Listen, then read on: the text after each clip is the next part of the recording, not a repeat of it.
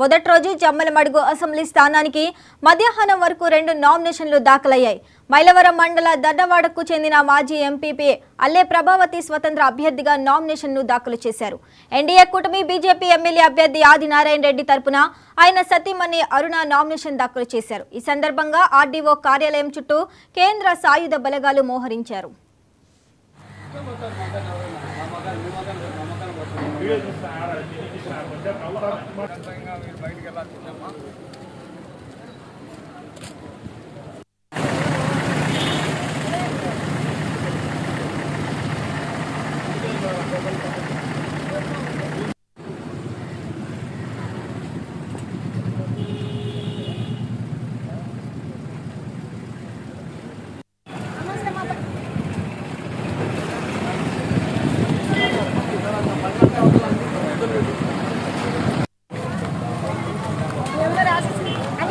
ఆశీస్సులు ఉండాలా.